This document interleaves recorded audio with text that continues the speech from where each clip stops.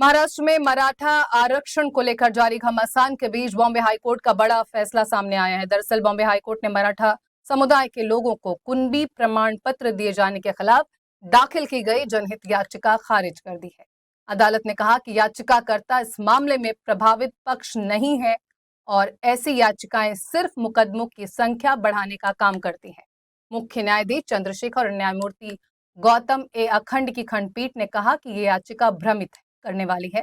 अदालत ने स्पष्ट किया कि कानून में दुर्भावना का मुद्दा केवल वही व्यक्ति उठा सकता है जो सीधे प्रभावित हुआ हो, जबकि इस मामले में याचिकाकर्ता अनुसूचित जाति से हैं और सरकारी प्रस्ताव का अनुसूचित जातियों से कोई संबंध नहीं।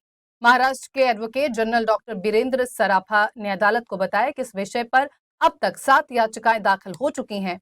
29 अगस्त से मुंबई में मराठा आंदोलन के चलते राज्य सरकार ने 2 सितंबर को हड़बड़ी में जीआर जारी किया था, जिसके बाद जरांगे पाटिल और आंदोलनकारियों ने धरना खत्म किया था।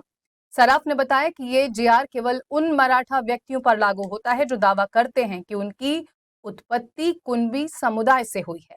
ऐसे मामलों में जांच की प्रक्रिया तय की गई है। दरअसल याचिकाकर्ता ने दलील दी थी कि उनकी लड़ाई जाति से संबंधित नहीं है, बल्कि सुप्रीम कोर्ट के आदेश का उल्लंघन कर जीआर जारी किया गया है।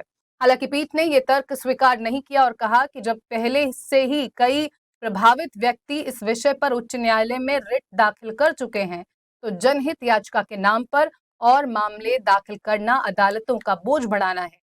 पीठ ने कहा कि पीआईएल का उद्देश्य उन वर्गों की आवाज अदालत तक पहुंचाना है जिनकी बात समाज में दब जाती है।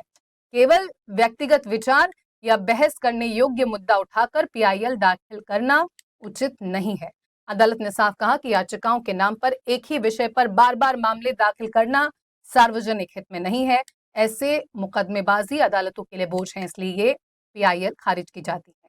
हाँ, याचिकाकर्ता चाहे तो लंबित रिट याचिकाओं में हस्तक्षेप याचिका दाखिल कर सकते हैं। अदालत ने यह भी साफ कर दिया है कि वो इस समय सरकार के 2 सितंबर को जारी प्रस्ताव की मेरिट्स पर कोई टिप्पणी नहीं करेंगे।